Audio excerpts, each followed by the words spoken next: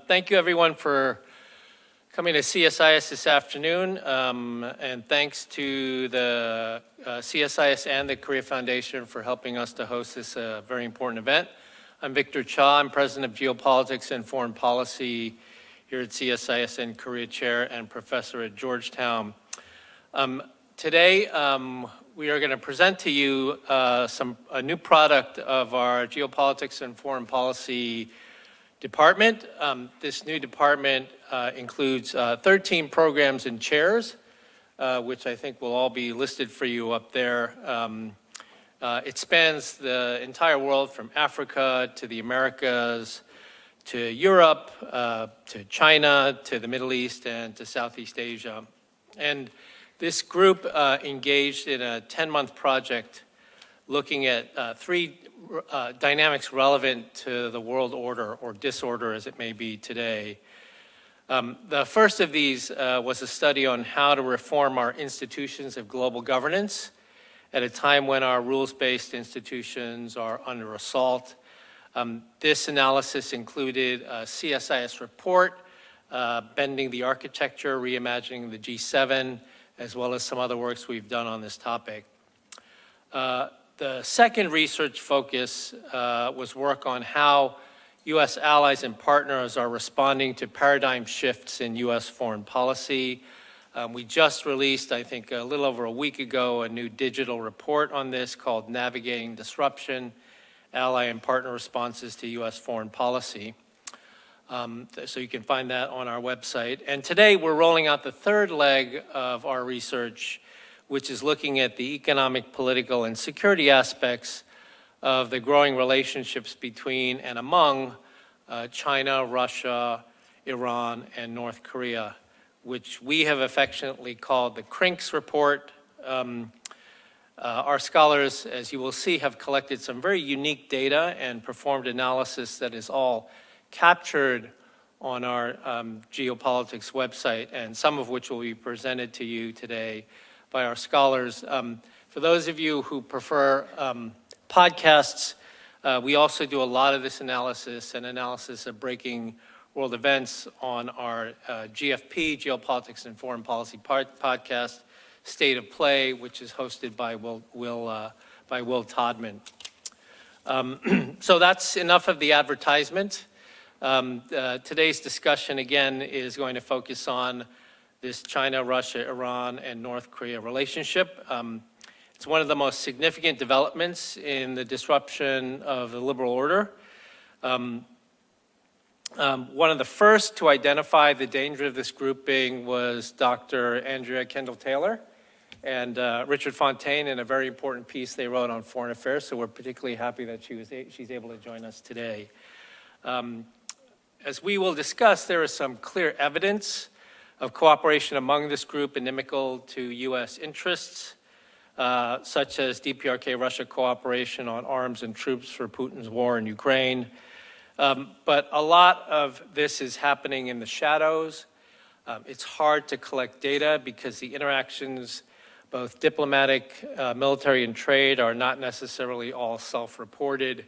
But our scholars have been hard at work to try to identify and fill this research gap, and have written three invaluable papers on the diplomatic, economic, and security relationships among the four countries, which they will present today. So I will introduce the authors and our discussants. Dr. Bonny Lin is Director and Senior Advisor at CSIS, where she runs the China Power Project. She previously held leadership positions at RAND and as a Senior Advisor for China at the Pentagon, and she did her PhD at Yale. Dr. Maria Snegovaya is Senior Fellow in our Europe, Russia, and Eurasia program. She is also a postdoctoral fellow at Georgetown School of Foreign Service.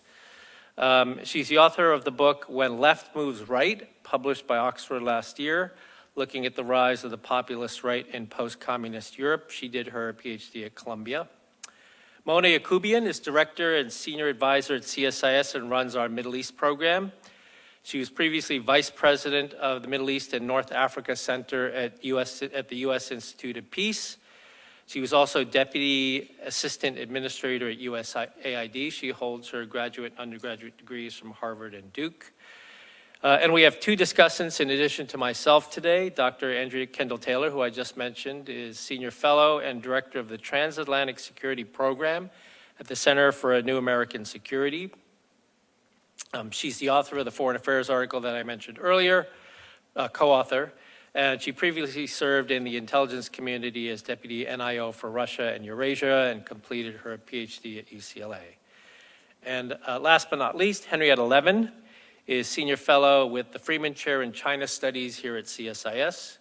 She has a wealth of U.S. government experience, having previously served as Deputy at China House at the State Department, as well as stints at the NSC as Director for China and Director for Southeast Asia, and she holds her graduate and undergraduate degrees from the University of Southern California. So really a terrific group of scholars today. Looking forward to a great conversation.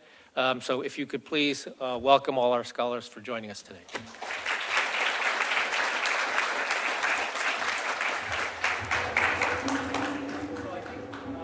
Correct, we're going to start with Bonny, right? Yes. So please.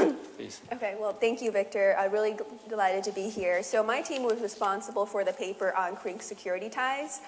So we looked at the growing cooperation between all four countries, and we really saw the security cooperation being anchored by China and Russia.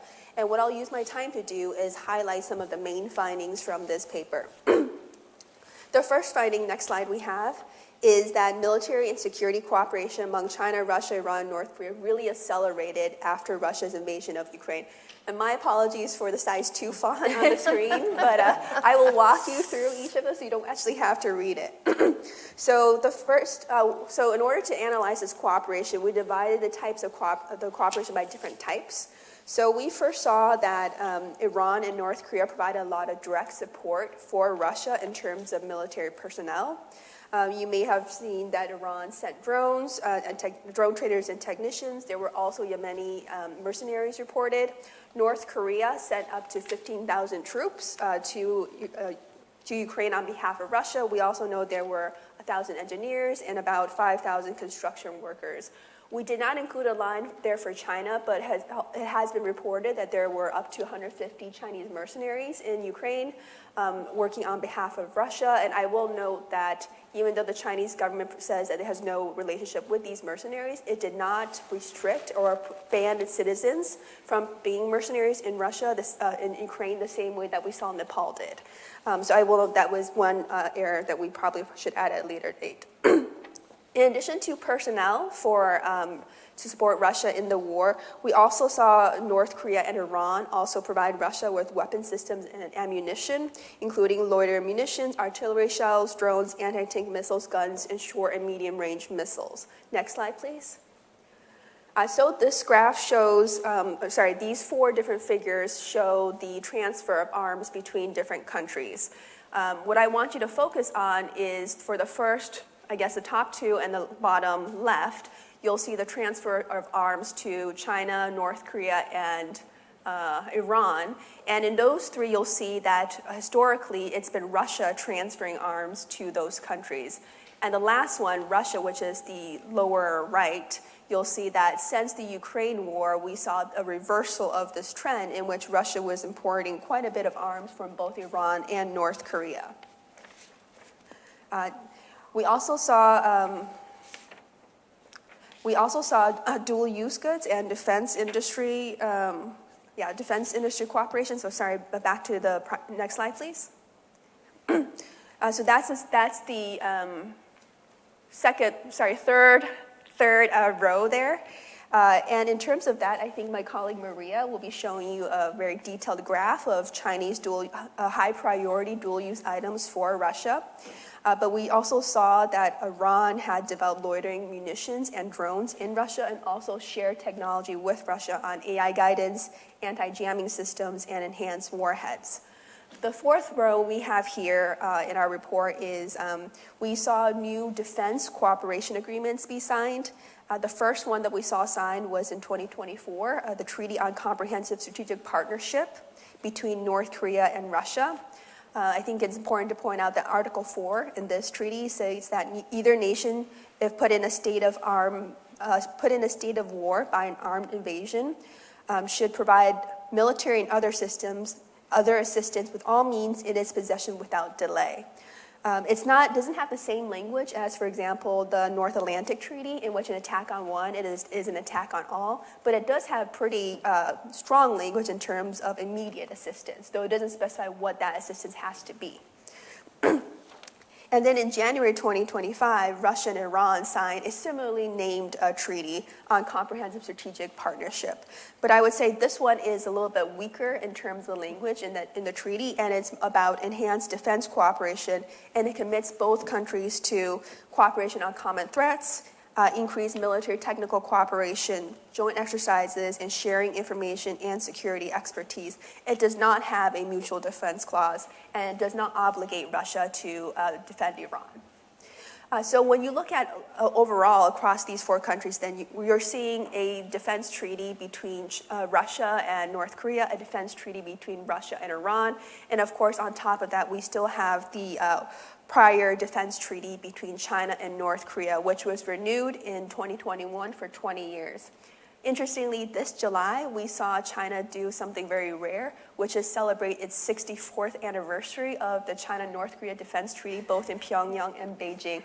It's very rare because no one celebrates a 64th anniversary, and usually not the Chinese, but it showcases, again, ways in which we're seeing more and more connection between these actors in different ways. Okay. The last item we have on the slide is joint military exercises between the four countries, and here we saw quite a bit of joint military exercise. Next slide, please. So this graph visualizes the joint military exercises, and the military exercises in blue are between China and Russia. So we really see from 2022 an increase in exercise in a way that we haven't seen before across all the different actors, but particularly within China and Russia. I will note that these exercises does not mean China, Russia, or any of these countries are reaching anywhere close to the level of interoperability between the United States and our closest allies. It's mainly about these countries exercising in the same vicinity, either in parallel or in some degree of coordination. So it's important to see where the trends are, but let's not go too far to say that they're anywhere close to the same level of military cooperation that we have with our allies and partners. Most of these exercises, as you can see on this figure, are bilateral.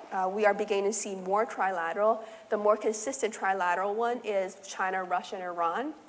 We did see one case of China, Russia, and North Korea, where North Korea was observing in that military exercise. It wasn't a full participant. And all of this leads to our second main finding in our study, which is that security cooperation or increased ties between these four actors have been mainly through bilateral channels or trilaterally. We actually have not seen any major official cooperation occurring at the quadrilateral level. So no clear evidence of all four actors acting significantly in the military space. There are, I guess, maybe one exception of that, but it's not really the actors in the military space, was the September 3rd military parade in China, in which we saw President Xi Jinping flanked by Vladimir Putin on one side and Kim Jong-un on the other, and the Iranian president was in the back. So this shows you, at least from the Chinese perspective, which two actors are the most important for them. Russia and North Korea and Iran of secondary importance, but it's one of the few cases where we see these leaders all in the same stage. I will note also that around that time when Kim Jong-un was in China, he also attended the SCO summit in Tianjin. So Iran, China, and Russia are all part of the SCO. North Korea is not and has not applied for formal membership, but it would be interesting to watch moving forward to see if North Korea might be, in an ad hoc basis, participating in more SCO events where we might see some more military exercise or military activities. So beyond this type of, I guess, more obvious participation of all four actors, we are seeing some diffuse levels of participation that we characterize in the paper. And one example of this is North Korean workers being sent to Russia to work on drone factories that rely on Iranian technology and to produce drones made with Chinese equipment. So in other words, we see all four actors contributing to different parts of one outcome to support the war. So it's a little bit less clear compared to, for example, military exercise where you see all 4 actors or 3 actors acting at the same time. But we should pay attention to these forms of more diffuse participation and cooperation. Sorry, go on 1 second. Next slide, please. So having looked at how China, Russia, North Korea, and Iran cooperated on the Ukraine conflict, the next question we had was, to what extent is this a model that can be replicated elsewhere, or is this just unique to Ukraine? So the second part of our paper looked at, did we see this in Iran? We did not make this table for the Iran conflict, but I'm going to use it here just to walk through the same way. We did not see any of the actors provide military personnel to Iran during the war. We did see this, again, for the second, weapon system and ammunition, we did see quite a bit of weapon transfers from Russia to Iran afterwards. And of course, there were transfers of those weapon systems beforehand too. There were none that occurred during the war, but again, the war was very short. I think one of the most significant transfers from Russia that has been reported recently was a $6.5 billion deal for 48 Sukhoi 35 jets. So my understanding is that's the biggest Russian arms transfer since the Russian invasion of Ukraine. We're also seeing that Iran is turning to the Chinese Beidou navigation system instead of the US GPS system. So the third category here is dual-use goods and defense industry cooperation. We saw before the war there was quite a bit of Chinese dual-use goods to support Russian missile technology. We haven't seen that same reporting since July, but I assume the same types of transfers are occurring, but Mona may jump in if I'm incorrect on that. And then we don't see new defense partnerships, but again, defense partnerships aren't like military exercise. You don't have to sign them every year. And then we did see some more joint exercises afterwards. But if you go back to the table with the joint military exercise, I will note that it is odd right now. This graph is updated as of August, but even if you go to October 2025, we oddly see a lot less military exercises among all 4 actors in 2025. I don't quite have an explanation for that right now, but I just wanted to share with you that finding.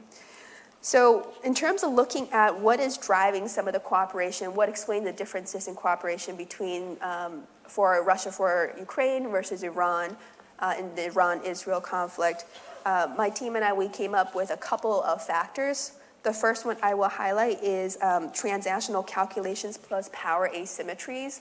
We believe that there was a lot provided to Russia for the Ukraine war because Russia was very powerful and could offer a lot to other countries. So for example, we know that as part of the offer for China, Russia was willing to provide China with key technology, including for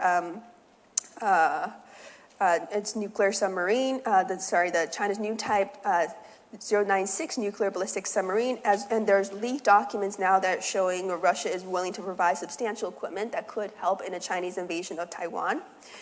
We know for North Korea, Russia provided quite a bit of Iranian attack drone technology and other technology, and then Victor and his team has done excellent work showcasing that North Korea earned somewhere between 9 to 12 billion for what it has provided Russia. Some of the other factors we also mentioned and what was showcased during China's September parade was geographic distance. So for China, and I think also for Russia, the fact that for China, the fact that Russia and North Korea are its neighbors, and for Russia, the fact that China and North Korea are its neighbors will always mean that those two countries would always take precedence over Iran, a country that is in a more distant theater and has less direct implications. We also found that at least when looking at the Iran war, we had to take into account that Russia was already in a conflict and it had limited bandwidth as well as capabilities for supporting. In other words, looking at war simultaneity and fatigue. And the final thing for the Iran conflict, and I think probably explains quite a bit of caution on both China, Russia, and North Korea side, was U.S. involvement in the Iran-Israel conflict. All these actors care very much about its relationship with the United States, and the fact that the United States participated in the strikes on Iran probably gives those actors more pause in providing support compared to the way that the United States has been at more of a distance with the Russia-Ukraine conflict. The last finding, as I wrap everything up, and it goes back to the title of our paper, is that as we look at the cooperation between all four countries, we really see China and Russia as the driver. They form the anchor of this relationship, and the more weaker actors, North Korea and Iran, are contributing to that. So I'll wrap up there. Thank you. Great. Thanks very much, Bonnie. Terrific. Maria. Thank you so much. Real honor to be here, and I wanted also to flag that this experience of collaborating with our dear colleagues from other teams was very enriching. So on our side, we looked at the economic side of collaboration, and I will flag that unlike Bonnie's story, which looks more specifically on the security side, economic dynamic may or may not be as revealing of the military degree of collaboration because it's largely driven by other factors such as wartime needs, geographic distance, Bonnie flagged, focus on self-sufficiency, mistrust, comparative advantage, and other factors that intervene. We, for example, given as a comparison, the Second World War era Axis powers, which, while clearly integrated militarily, did not necessarily mirror that dynamic in the economic collaboration. The second point I want to make is our approach methodology was primarily tracking the customs data over the time extended period since 2010s. And unfortunately, when it comes to North Korea and Iran, the data is quite limited. And even Russia, where we used to actually have quite good customs data access, is increasingly censoring, hiding the data. For example, when you cross-check some data that you get on the Chinese side, which that's allegedly sending to Russia, somehow Russia is never receiving the technology-sensitive goods. So that is important to keep in mind. Some of the conclusions of this analysis are based on the data that's unfortunately imperfect. Altogether, what we can see, very much echoing Bonnie's story, clearly the collaboration among the four countries is increasing. Russia, North Korea, Iran, and to extent China share similar incentives in sanctions evasion, trying to cooperate logistically in terms of payments, defense production, given their growing technological financial isolation, and desire to reduce dependence on the dollar and the Western market. However, again, very similar to the conclusion of the security brief, we also find very uneven patterns of collaboration. China is absolutely key, crucial, the most economically active member of the group, while the rest of the collaboration is uneven, and the major bulk of the relationship is driven by growing Russia-China ties, particularly in dual-use goods and energy. However, there's still a lot of tactical, pragmatic considerations that I will discuss, that while there is definitely growing alignment, there's also nobody is rushing to support the other party unless it's profitable somehow for a given state. So first, I'm going to start with trade and investment. As I said, much of the dynamic is shaped by China's active diplomatic economic engagement. China expands its economic partnership with other three states, even if it's quite asymmetric and uneven. You can look, for example, at the 25-year oil for investment deal with Iran, Belt and Road projects, no limits strategic partnership with Russia, near total dominance on North Korea trade, etc. Trade volumes have surged over the period, especially in the post-22 period, however, largely through China. The trade among the four countries since 2021 increased by almost 50%, but 90% of that increase is through China-Russia relationship, primarily in the area of the dual-use good and energy.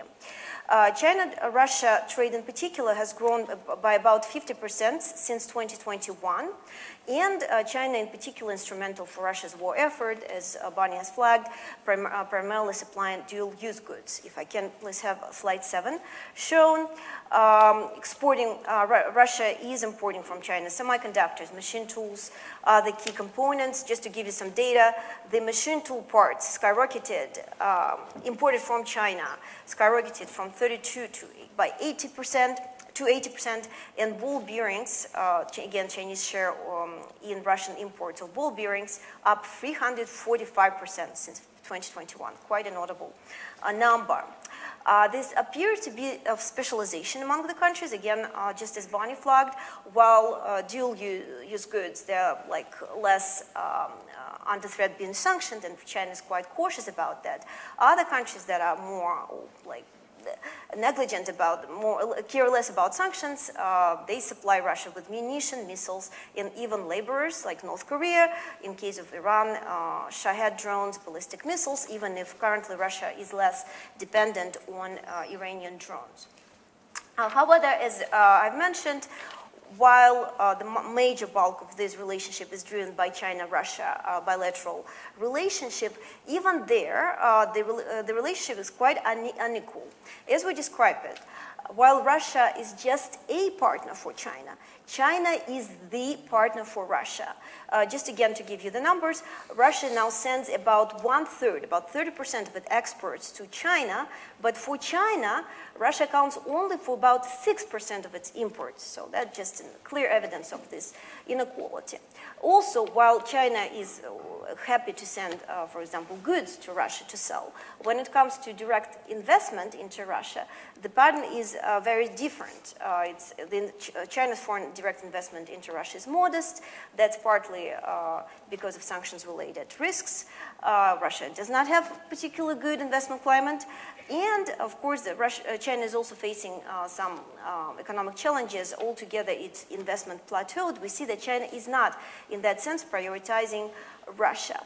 Also, since 2024, we have seen the trade between Russia and China stopped growing.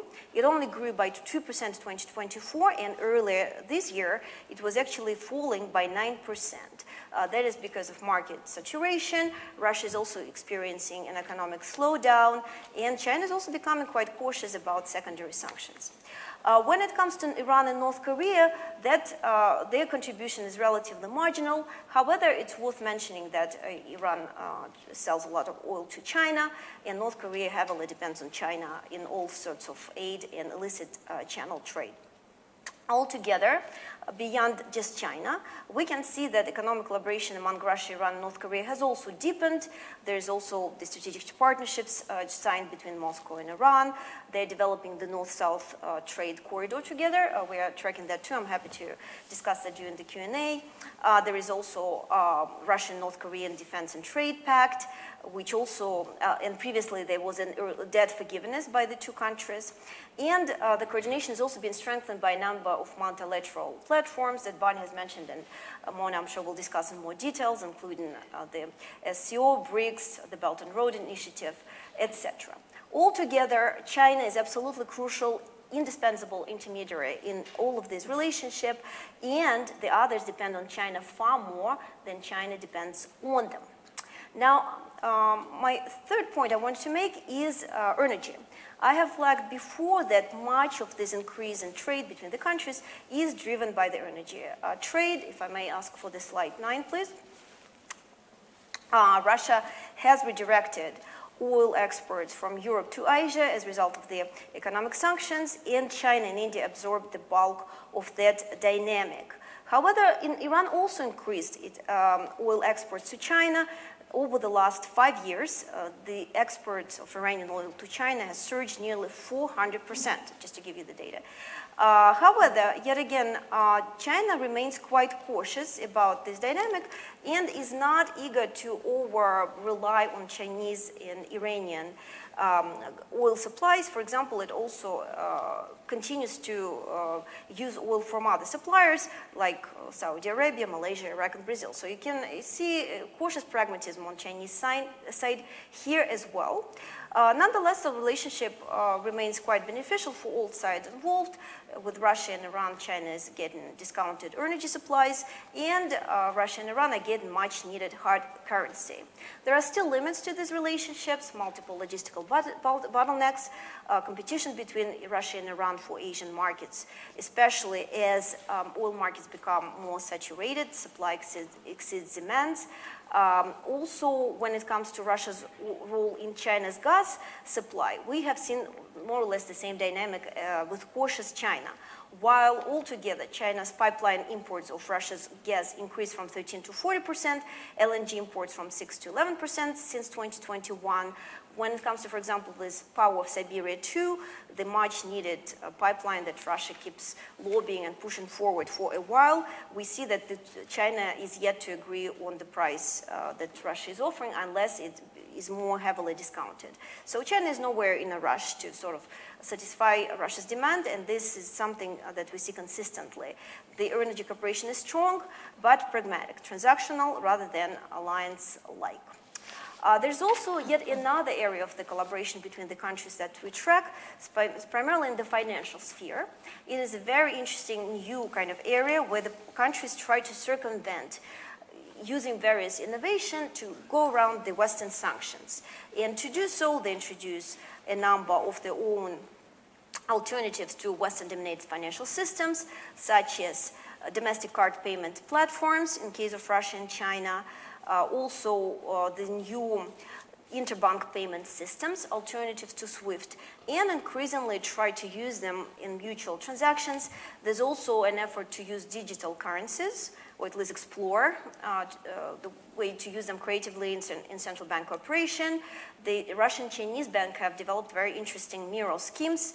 Basically, they sustain trade under sanctions by coordinating exporters and importers' currency holdings inside each country. So they basically don't have this currency doesn't have to cross borders. And they're also quite innovative about various platforms, such as the use of central bank digital currencies, the CBDCs. However, there's still limits here. Yuan is not fully convertible. China remains very cautious in terms of its exposure to secondary sanctions, and Iran and North Korea have relatively isolated banking system that again creates limits to further collaboration.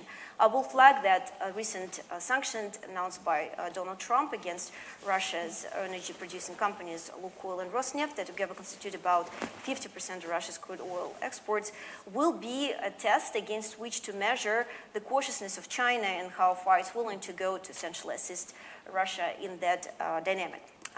Altogether, collaboration remains quite uneven. The weight of the participating countries is very unequal. China definitely dominates significantly all of this relationship, even if the growth in the trade and the economic collaboration definitely is driven by Russia and China primarily over the last 4 years.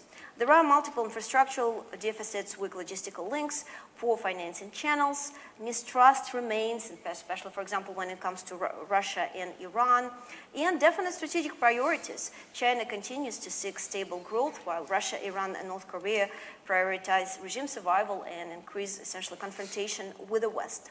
Altogether, what unites them politically, what unites them in terms of security, hasn't yet fully converted into deep economic integration.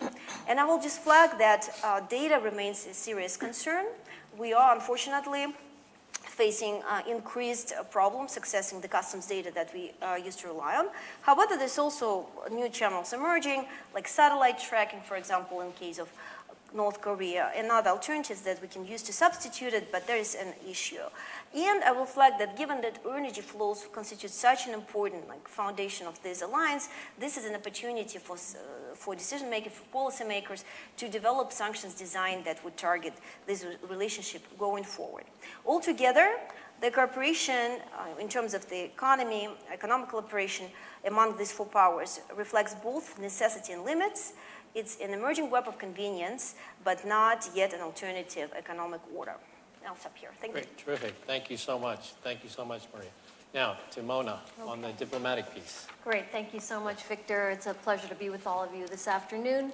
Let me start by acknowledging my co-author, Brianna Winslow, who's in the audience, did quite a bit of work in co-authoring, researching, and writing the piece. So in terms of methodology, I think the realm that we were exploring, diplomatic ties, is probably the least data-rich. And we really sort of struggled a bit to figure out how do we measure, diplomatic relations. We ended up looking at UN voting patterns in the Security Council, focused, of course, on Russia and China, and then did a series of explorations of various high-level meetings. We have to sort of debate what constitutes high level. Of course, we have no idea what actually happens in those meetings, but looking at both bilateral, trilateral, and the very rare instance of the 4 CRINK countries meeting together. Let me start with my bottom line up front, which is essentially that diplomatic ties are perhaps the most visible element of the CRINK, but the least consequential in terms of being able to demonstrate measurable, concrete short-term impacts on the ground.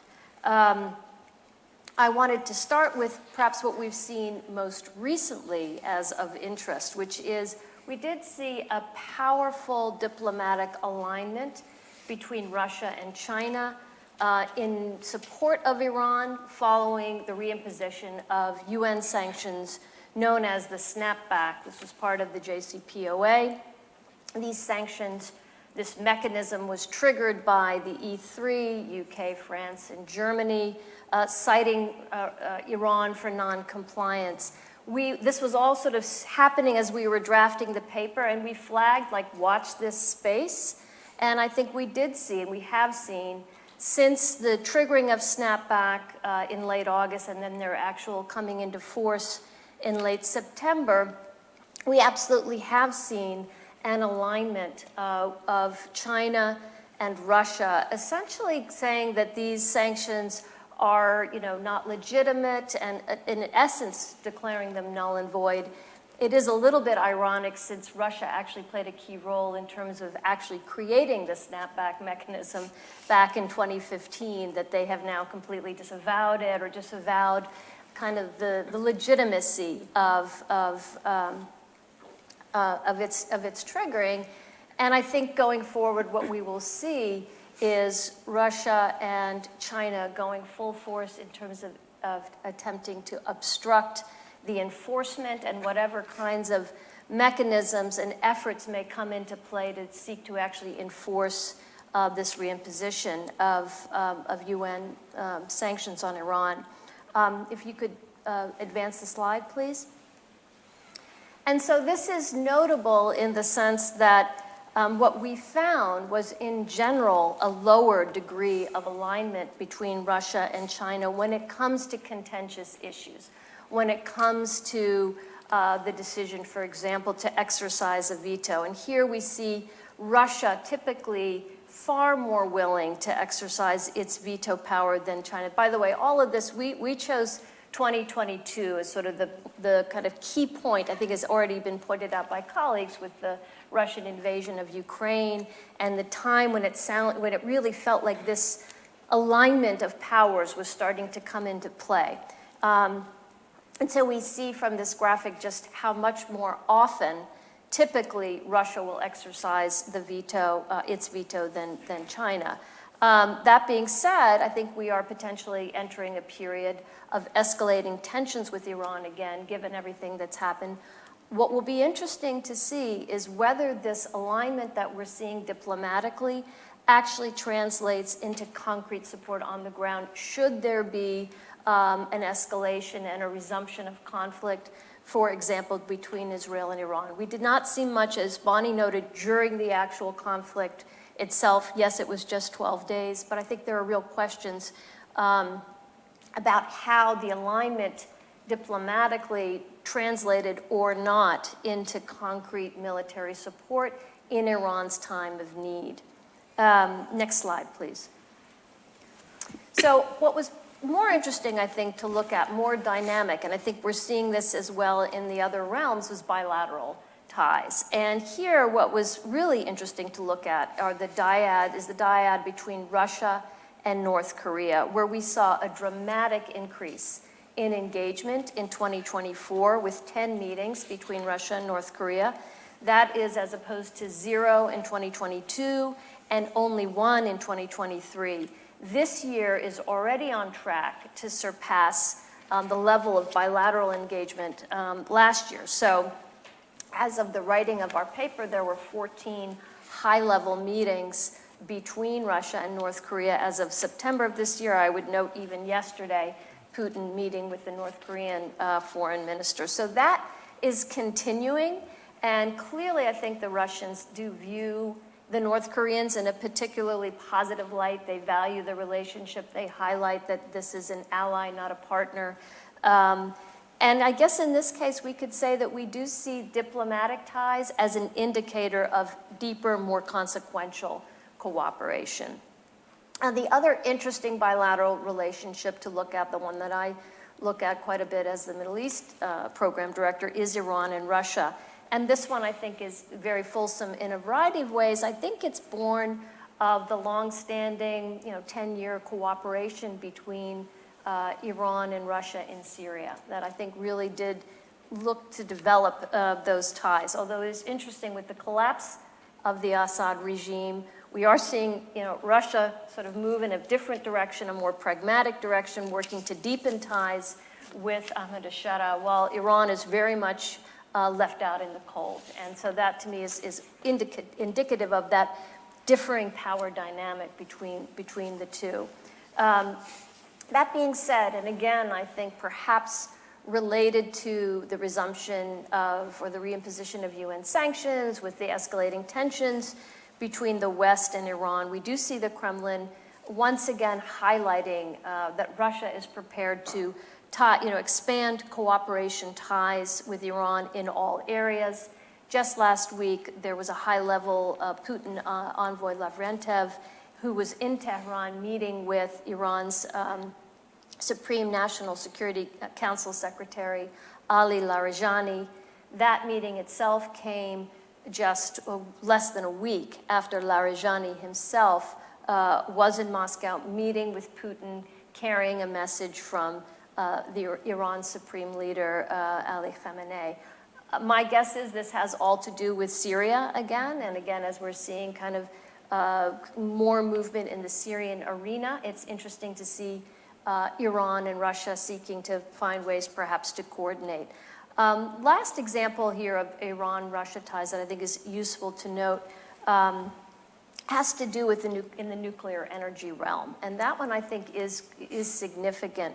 An Iranian nuclear delegation visited Tehran earlier this month, seeking to accelerate plans for the construction of 4 small nuclear power plants in Iran. This follows on to the signing of a $25 billion agreement the previous month to actually construct those.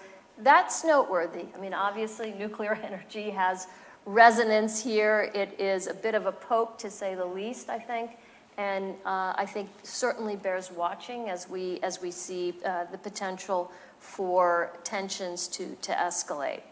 I'll conclude with a final point, and that is kind of like my colleagues. I think we've seen it's less often that we see the 3 out of the 4 countries, let alone all 4 countries meeting, and I think that's notable. I think that really, to my mind, casts doubt on the idea of a formal alliance in the strictest sense of the word.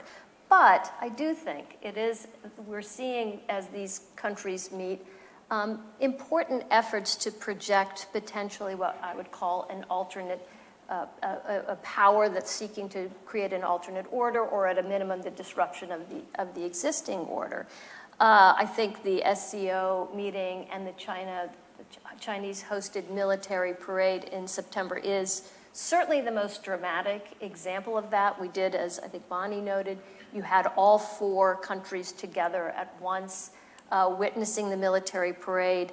And I think more importantly, and I'll be curious Andrea's thoughts on this, it's what the parade commemorated, right? Which was the victory of World War II, but essentially a complete upending of the narrative as we know it, and a reframing of it to insert China and Russia in the center of that narrative and sort of push the allies back off to the side. I think that, to me, is significant. It is notable, and I think it does speak to kind of the soft power elements, the ways in which the CRINK countries, so-called, are really able to play a role of seeking to sort of reshape narratives and how we think about the world order.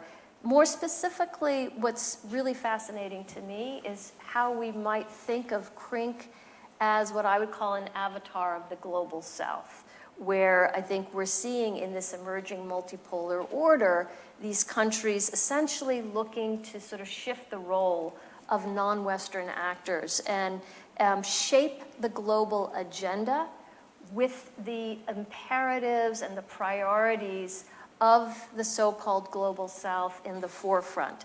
I also think we could see these CRINK countries perhaps erode, perhaps undermine international institutions of governance created in the post-World War II era, or maybe, depending on how things go, inhabit them and reshape them from within to more effectively reflect what they would consider their interests. And then the last point I'll make before closing is something else I find really interesting, which is if we look at CRINK, it is sort of inchoate. It's a bit amorphous.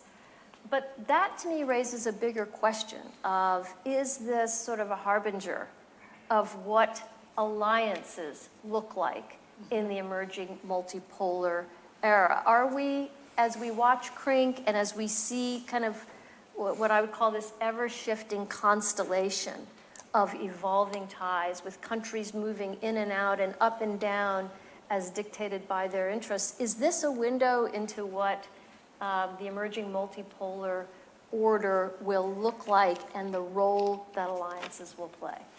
Great, terrific. Mona, terrific. So, Bonnie Maria, terrific work. Really brought some, on a not easy topic to mine data on, you really brought some good data to these issues. Now we're going to go to the second part of the program, which are our discussants. So we have Andrea Kendall-Taylor and Henrietta, who will help us to sort of react to what we've seen in terms of the work thus far. So why don't we start with Andrea? Sure. Well, that was incredibly rich and detailed analysis, and I think like really a tremendous resource for people who are working on this issue. I think maybe I'll pick up where you left off with this kind of summit in Beijing. That's something obviously, like if you're looking to me for a visual image, like an aha moment for what this is, I really think it was the military parade in Beijing, where you had Xi flanked by Putin and Kim with the Iranian president kind of just over the shoulder. It kind of encapsulates everything that you need to understand. And I think Mona's point about this kind of this notion that they're trying to demonstrate and signal to the rest of the world that there is a viable alternative. It was all encapsulated in that moment. And I think that's one of the things that's most powerful about this axis of upheaval is they have come together, shared with a shared interest in undermining the United States and the order it leads, trying to tear it down and create something that they think affords each of them the power and influence that they each believe that they deserve. So to me, that's what this axis of upheaval is. I mean, Victor started this whole session with the kind of notion that this is one of the most consequential developments of the last, many, many years, and I full-heartedly agree with that. And when I think about what it is, my bumper sticker for what this CRINK or axis of upheaval is it is increasing the military capabilities of America's adversaries, while at the same time diluting the foreign policy tools that we have to confront them. So it's exactly what they just laid out. Bonnie kind of enumerated all of the ways that their military capabilities are improving as a result of cooperation, while the other two presentations talked about now the challenges in the economic and diplomatic realms. They are leading this coalition that's making it harder for the United States to accomplish its aims. I mean, maybe just to say a couple of bigger picture, and I think it was present throughout all of them, but they are shared, or they all are motivated by their desire to undermine the United States, but it's also about safeguarding their regimes. When they cooperate, they all understand that they're more resilient, less isolated when they work together than when they don't. And so that's a powerful motivator for each of them. They all have regional ambitions. They want to increase their power and influence in their respective regions. They understand that the United States is their primary long-term obstacle to accomplishing that. And I think they all understand that by working together, they can spread U.S. bandwidth and attention thin. I mean, I think in all of the presentations, we also heard a lot about the constraints on the relationship, which are real. A couple that were mentioned, distrust, historic distrust in the Russia-Iran relationship, in the Russia-China relationship. In all of these ways, there is deep wells of historic distrust, but I think what we have to be mindful of is that through repeated interactions, and you laid it out on the graph, that is the basis of a more deep and durable partnership. They are working together, Russia and Iran and Syria, working together in ways that can help overcome historic distrust. So these constraints aren't fixed. They're things that through their repeated interactions, they can work to overcome. We also heard, I think, a lot about the asymmetry, which is definitely a real thing. It's in all of these relationships. The fact that the Iranian president was over the shoulder, was a visual image of the asymmetry that's present in all of these. For Russia's part, though, and certainly there's a lot of concern about being more subservient to China, but there's still a temporal issue with this, where the immediate threat of the United States and the civilizational struggle with the West is far more important and urgent than this growing asymmetry with China. I think from the Russians' perspective, that's something they have to deal with the wolf at the hen house? I don't even know what the saying is, but the most immediate threat before they worry about trying to, I think, right-size their relationship with China. And I think it is definitely true that China is less dependent on all of them, but I do think we have to remember that Beijing finds it quite useful to have Russia destroying norms, distracting from U.S. attention on the Indo-Pacific, having the crisis in the Middle East. And my, not being a China expert at all, but my assessment and, with my understanding of authoritarian regimes that are increasingly personalized, the appetite for risk tends to grow. And so I think that China is getting more comfortable with the risk-taking behavior of Russia and others, so long as it's advancing its overall interests of weakening the United States. And finally, there is reputational risk for China. It is worried. It doesn't necessarily want to be so closely associated with all of these leaders. I would argue that's one of the reasons that Iran was relegated to second tier, not wanting to upset other Chinese partners in the Middle East. And so we haven't seen kind of the quadrilateral or the multilateral. So that's definitely true, but I think Bonny's paper made such an important point that it's increasingly that multilateral coordination and cooperation is increasingly happening in informal ways. So the Iranian drone technology through Russia makes its way to China and North Korea. Sometimes you'll see Russian leaders who visit North Korea, then China, and then and then Iran, perhaps providing some of that multilateral connectivity, just not because all of the leaders are in the same room. So I think, again, it's just testing our assumptions. These things aren't fixed, and looking for more of these informal ways that multilateral cooperation, or at least the transfusion of know-how and other things, is taking place. And then the final point, I think of all of these things, the thing that I've focused on the most in my work, I think it's the military domain that's most important for the United States. And so Bonny laid out what's happening, and so now I think we have to think about how that cooperation could evolve in the future. Thinking about in the case of Russia, will these actors expedite its timeline for the reconstitution of the military? That's things the United States and our European allies need to be aware of. Thinking about power projection, I know Bonny and I have talked a lot about things like the joint bomber patrol, where a Russian and Chinese plane took off from the same base in Russia to get to close to the Alaskan airspace at the ADIZ.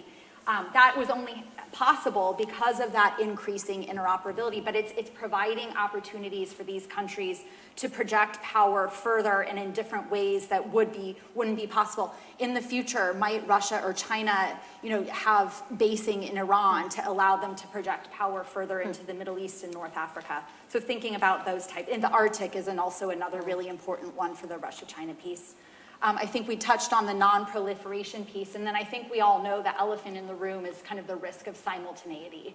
And that's one thing that I've been working on quite a lot, is what would be the implications of U.S. if we're involved in a crisis in the Indo-Pacific for European security. I think it would be really quite significant, and it would be, from Russia's perspective, a really golden opportunity to advance many of his aims, which go beyond Ukraine. So there's a lot in all of these papers. I think they do a great job in laying it all out, and really looking forward to further discussion. Great, thanks so much, Andrea. Now we'll get the perspective from how China looks at all this. Henrietta? Great. Well, let me start by echoing Andrea's appreciation for the depth of analysis that Bonny, Maria, and Mona have put forward. I think it really does add a helpful data-driven sense of what is really going on in this relationship. And so just for the sake of time, I'll just offer a few brief observations building on their work, and in looking again at their three pieces in preparation for this conversation. I mean, it's clear from the diplomatic, economic, or security angle, this is not necessarily a multilateral partnership. It's not the anti-Quad, but the power and also ambitions of these four countries are complementary in ways that do present a profound challenge to the interests of the US and our allies. I think it also does come across clearly in each of the pieces that the China-Russia partnership carries a particular strategic depth that is unique among these CRINK relationships. Of course, there's still transactionalism within the China-Russia relationship, and Maria pointed out, China's still trying to get the very best price on Russian energy, taking advantage of Russian weakness and recognizing that China does hold the cards. But at the same time, at the leader level, President Xi and President Putin have committed to each other and to a strategic partnership in which some key defense capabilities, supply chains, and importantly, financial pipes are increasingly integrated. And I think I would just want to echo Andrea's really important point that part of why Xi and Putin are so committed to each other, part of why this has moved beyond transactionalism is because, at least from the Chinese side, I mean, Xi views not just Russia, but Putin's Russia as critical for domestic stability in China. This is fundamentally not even a foreign policy question. It's that I think Beijing has bought Russia's narrative that they need not just Russia, but Putin's Russia and a strong Russia led by Putin to forestall the color revolutions that would otherwise come for China's political system. And so, there are real irritants between all four of these countries, and including between Russia and China. Their interests, as always, are not quite aligned in Central Asia, where they have competing claims to influence, or the Arctic. But there's clearly been a strategic level decision to put that aside and not allow it to influence the current flow of deepened partnership. And I think that has really unlocked some of the supercharged elements of the diplomatic, economic, and security partnership that these papers have identified. And so if you do look at the connective tissue across all four of these countries, between all four of these countries in their common partnership, of course, it seems like the primary piece of connective tissue is opposition to the United States.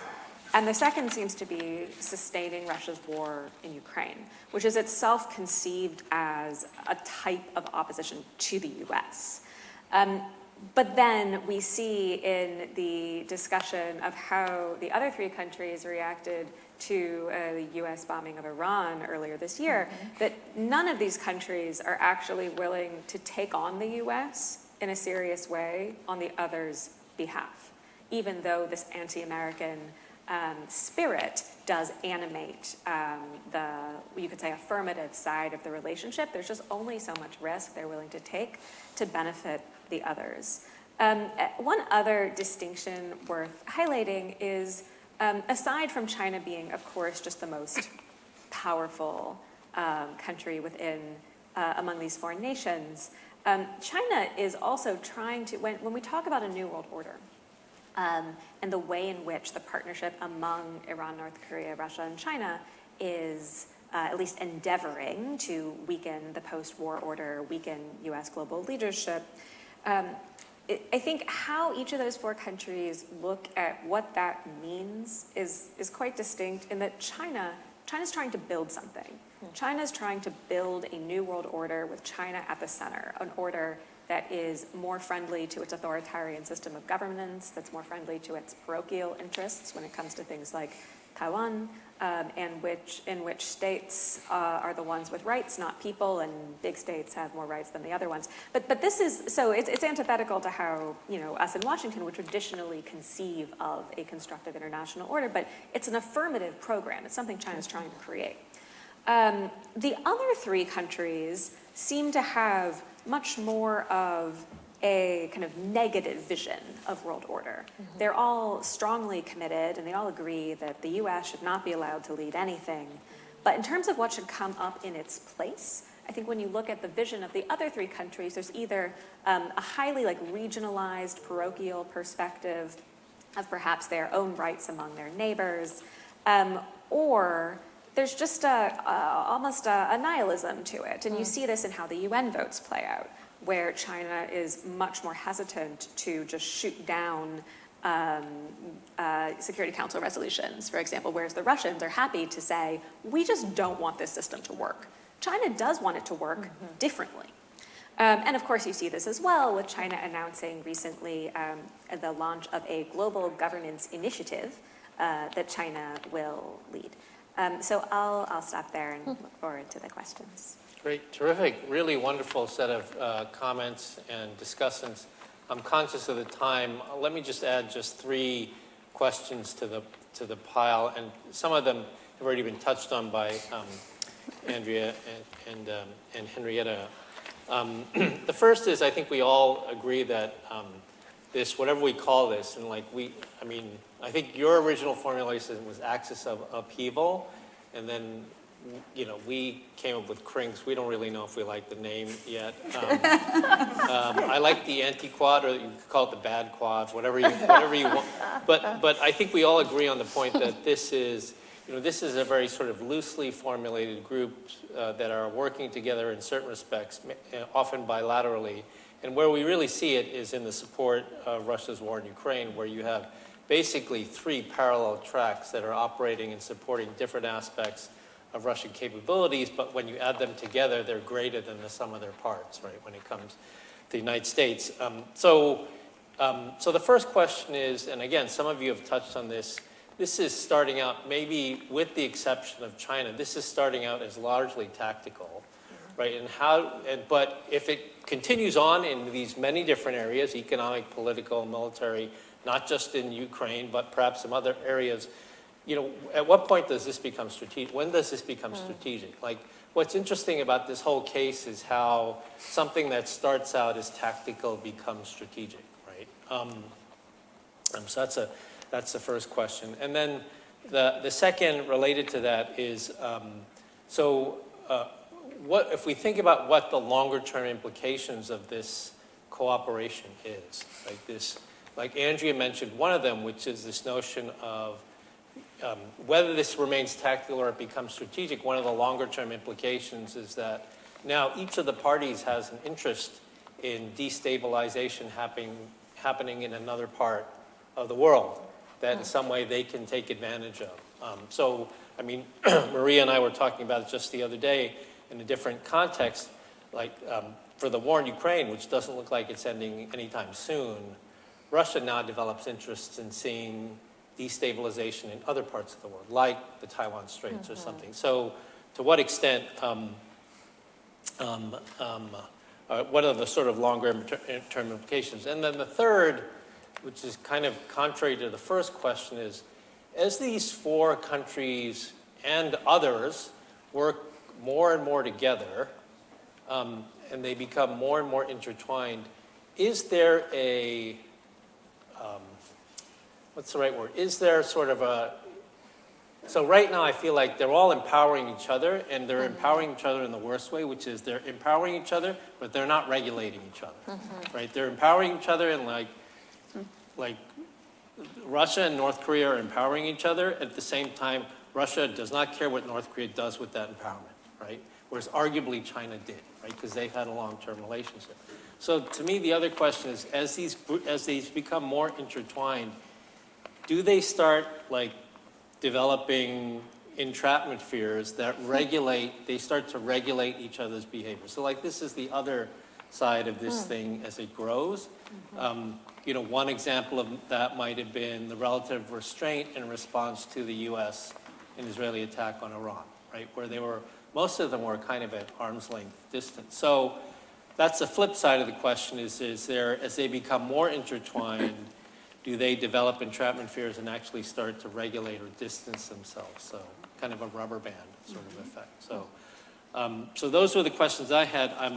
We'll take maybe 2 more questions from the audience, and then we'll go back to all of you for a final comment. So we have one question here. If you could identify yourself, that would be great. Right, Mark Katz, George Mason University. Thank you for this presentation. I'm just wondering, do you see the CRINK group expanding? Are those now, or might be people who want a bandwagon with them? It strikes me that any other possible additions would be much weaker and perhaps sort of absorb resources from the four instead of add to them. But it strikes me that if it really is sort of a serious grouping, it will seek to expand, and it strikes me that there are candidates who might want to do so, but I'm just wondering how you view that. Thank you. Great, thank you. Yes, we have one other question. Yes, hi, my name is Jack Rapinski, unaffiliated. How worried should we be about this? Have you heard there sound like a DEFCON level of, how big a threat is CRINK to us? Is it just an annoyance? I mean, like Russia's creeping along in the battlefield in Ukraine, so it doesn't feel like it's a really bad thing, but what would you say? Great, thanks. And then we have one question that came in online from Sri Lanka, and it's the question is, so basically, what is the perspective? And I think this was mentioned in the discussion. I think in particular, Mona mentioned it. What is the perspective of the panel with regard to the appeal to factions in the global South disillusioned by alleged Western hypocrisy, economic pressures, or historical injustices? To what extent does this grouping is appealing to the global South? And again, I think also Henrietta raised this point as well. So why don't we take those and maybe we'll go in reverse order. So we'll start with Henrietta and work down one. If you could keep your comments relatively short so we stay within the time constraint. Okay, relatively short. So let me just start with Victor's question about entrapment and how restraint is or is not affected by these CRINK ties.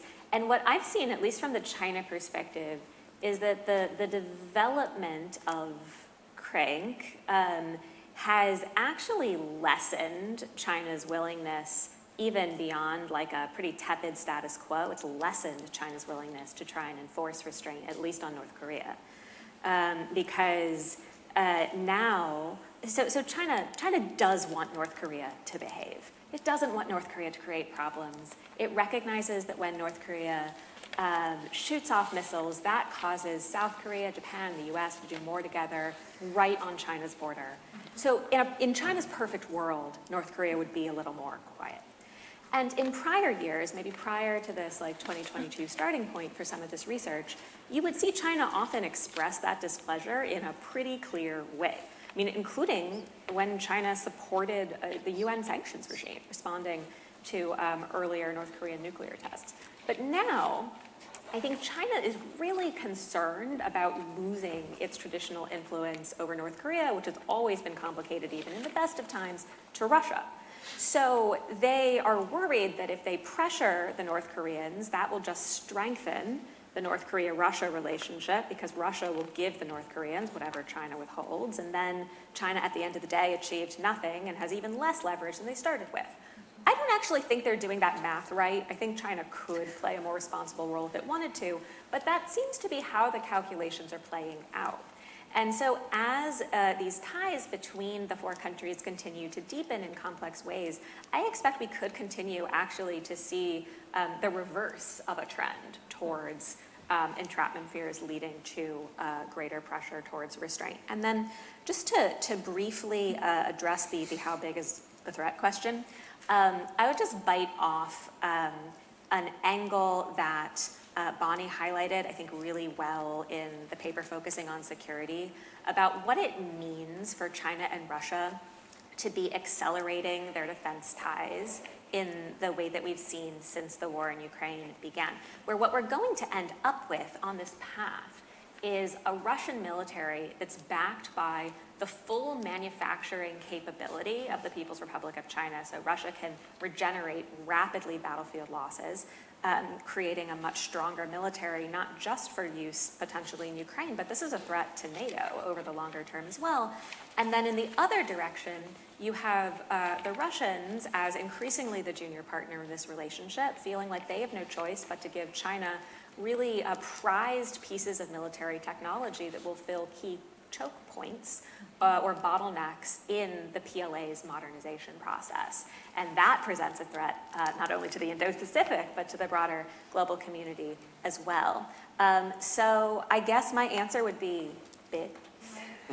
I agree with that, and that also answers your first question on like tactical versus strategic. I would argue that it already is strategic. Like it was born out of necessity on the battlefield in Ukraine, but just as important as what Russia is getting is what it's giving away. And so I would argue that we've already moved to the more strategic piece, and like as going back to my bumper sticker, enhanced military capabilities and harder to confront through our normal tools of coercion on the economic and diplomatic side. Like that feels like a strategic problem. And when you think about now what defense planners are having to think about and contemplate, there's a whole set of new scenarios, the simultaneity, all other things. So to me, like it already is a strategic problem. And I think the point that both of you made is that those enhanced capabilities actually increase the propensity for risk-acceptant behavior. And so that, that gets to the entrapment piece, which is, I think the relationship between all of them is already emboldening. It's making them more willing to take risk because they can mitigate sanctions, they can work around them, they're more resilient and harder to isolate. So it makes it, and they have top cover in the UN and other places, and they're more militarily capable. And so, think about what you've already seen since the war in Ukraine began is on the Korean Peninsula. You can speak all to this about how, the way that they've torn up their aim of peaceful reunification, all of the missile tests and other things. I would argue that the relationship with Russia and the way that China's been forced to go along with it has emboldened the North Koreans. I would think you could make a similar argument in the South China Sea that China, with the way that it's normalizing crossing the lines and all of the kind of military Taiwan and all of these kind of, there's a number of things that I think Bonnie outlines in her paper. It is a more assertive, aggressive, and just going, one of the things we've said before that should be an area of tension between Russia and China at least is that, Russia's more comfortable with risk. That would bother the Chinese.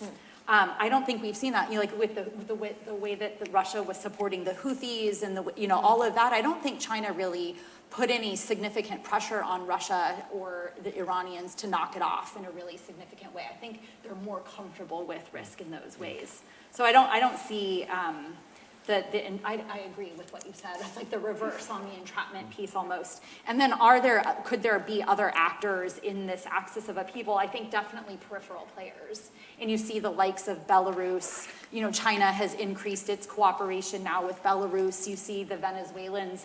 I don't know, I haven't confirmed, but reports of Russia sending military aid and equipment to Venezuela while the US is increasing its posture in the region. So I think that over time, and certainly as more countries become convinced that it's a viable alternative, there may be more countries that want to bandwagon.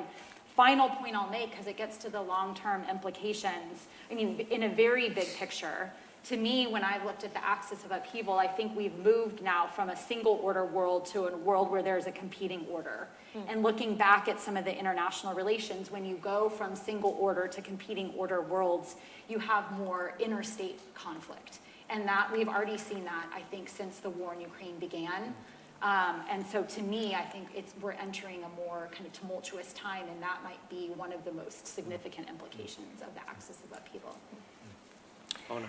I'm scribbling furiously and trying to figure out where to go.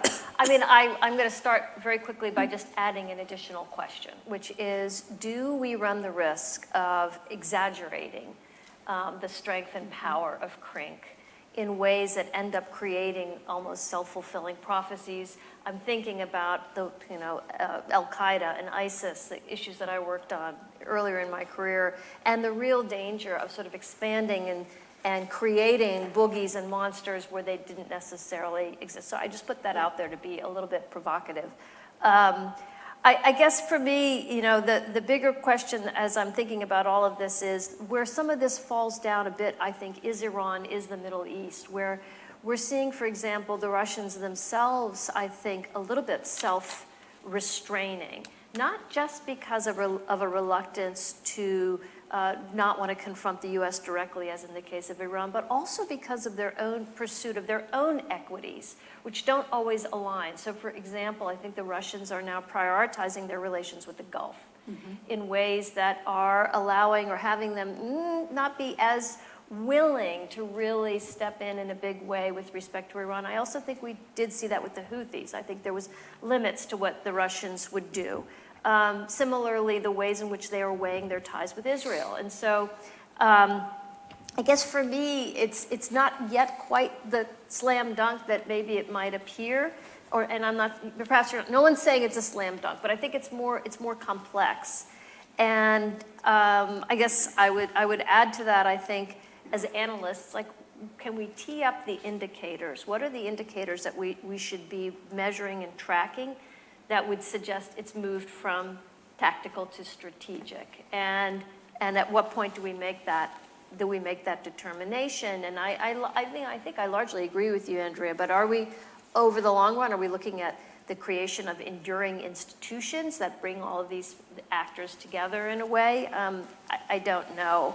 And then just the last comment, just in view of time, I think the question about appeals to the global south who are disillusioned, I think Gaza is a really interesting and prime example. We actually haven't seen, for example, the Chinese or the Russians, for that matter, really exploit Gaza to the nth degree, but I think we're seeing ways in which the perception of hypocrisy and double standards on the part of the U.S. specifically, and maybe a little bit more broadly the West, with respect to Gaza, has been a galvanizing issue that has allowed sort of more coherence of this notion of a global south and ways in which CRINK can sort of exploit that and use it, as I said, in a way to become this avatar of the global south going forward. Great, thank you.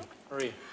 Maybe I will contribute by giving some case studies that I know better. So I definitely agree that the intention is there. In that sense, I agree with Andrea. But I'm with Mona in that I don't think the actual tools on the ground are there. So this state tools, I think it's very important that they're almost by default personalistic autocratic leadership is highly ambitious. But for example, tracking the north-south corridor, which potentially like this really lucrative opportunity for Russia to circumvent sanctions, like go through Iran all the way to India and just not worry about the Western constraints at all. We see that while the intention is there, on paper it sounds like an absolutely great idea. The reality is they run into like really a huge amount of various bottlenecks, and some of these bottlenecks are from their own suggested allies. Iran, for example, is in no hurry to build the much needed parts of this corridor. Without it, it's not fully functional. Other countries, we can like describe them global south. There's multiple actors involved in this project. They're not in a hurry, and they also participate, and they also have multiple options. Like they have the Chinese projects, they have potentially like the new Iranian-Azerbaijani corridor and whatnot. So they have options, and I think from that perspective, we do not really see anybody rushing to take major risks and sacrifice in an effort to help the other side. From that perspective, we're not, I come from full strategic coordination yet. I will be more confident once the countries demonstrate willingly that they're sacrificing something, taking certain really risk gambling in order to push forward something that's mutually beneficial. That is something I would argue we haven't fully yet seen. Putin remains, by the way, to your point, Victor, about the entrapment, perhaps slightly different story. I see Russia being quite constrained by the position of its allies, right? China, for example, arguably played a huge role in the fact that Russia restrained from active use, thank God, of any nuclear tools at its disposal. Also, one of the problems with the sanctions, every time the administration recently has been threatening Russia with sanctions, we've seen a lot of activity on the Kremlin side. Like most notably, Kirill Dmitriev, Putin's representative, just traveled to DC instantly after the new sanctions had been announced. Why? Economically, Russia is more or less resilient for the couple of years. It's not in a great shape, but it is resilient. The issue, arguably, is the cooperation with the global south countries, with their partners. If the US administration is able to convince India or China to restrain from certain purchases of Russian oil, this will be a real serious blow for Putin. So I would argue the constraints are there, but again, I would not claim that there are as much evidence of really shaping the alliance. For that to happen, I would like to see joint financial infrastructure evolving more in a more pronounced way. They're working in that area, but certainly not as it hasn't yet fully delivered. Perhaps more operational interoperability and technology co-production, with China's perhaps taking more of the coordination role. That's my card, so thank you.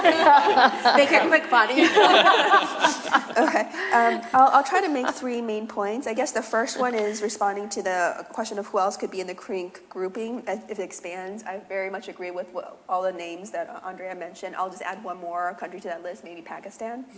And I would say that when we look at the actors, I don't think any of us are saying all actors are the same and they have like equal influence. At least from my team's perspective, we really see China, Russia at the core, and then North Korea. So these three are much closer tied, and then Iran as more of a secondary to these three. And then if you have these other actors, I think they will have closer relations, it seems like more either with China or with Russia. So there will be very different relationships as the CRINK groups expand out. So I don't think it's that useful to think about it only in terms of like, you know, if it expands, if like 5 or 6 actors are doing the exact same thing all at the same time. But understanding what are the core countries that are driving this and what other countries are playing more supporting roles. The other question I'll tack on is like, is this strategic and how much can it transform? Mona, I really like your question about what are the indicators we should be looking at. And I guess the way I would look at this is if we go back to 2020 or 2021, could any of us have predicted how much the Russian invasion of Ukraine transformed this entire relationship? I know, Andrea, you spent lots of time on this. I don't think any leading Chinese thinkers predicted this, and I think there were probably no Russian thinkers that predicted this. So I think it's interesting to look at indicators during peacetime, but we should also know that war will fundamentally transform the opportunities, the risks at stake, and can really transform relations in a different way. So for example, I'm most worried about a potential US-China conflict over Taiwan. And I think in that situation, there's so much at stake from China's perspective that whatever was the prior status quo, China would be willing to give significantly more to Russia, to North Korea, to Iran, or to other actors in the way that we've seen Russia do. So I think as we look at indicators and warning, I think it's important to look at what's happening now, but also realize that war is incredibly disruptive, it's incredibly transformative, and there could be things that we can't imagine now, but there are signs of growing relationships that China could really start leveraging in the event of a war. The last thing I'll point out is we talked quite a bit about the September 3rd parade this year, which was the 80th anniversary of, I guess, the victory over World War II. And I think it's very informative to look at 10 years ago, during the 70th anniversary, what happened. And at that anniversary, it was not Kim Jong-un flanking Xi Jinping, it was President Park from South Korea. And the United States was there, and a lot of European countries are there. So we have a completely different actors at the front that China is promoting. And we have, just looking at the actors there, we see this difference in alignment in just 10 years. Really, excellent conversation. Please give our scholars a round of applause.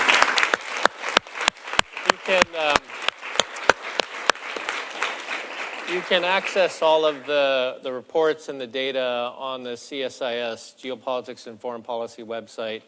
And please feel free to speak with our scholars afterwards. Thank you, audience, also for staying for the entire thing. That's so unlike DC, right? Like half the audience has gone by the Q&A, so thank you all for staying. Thank you all very much.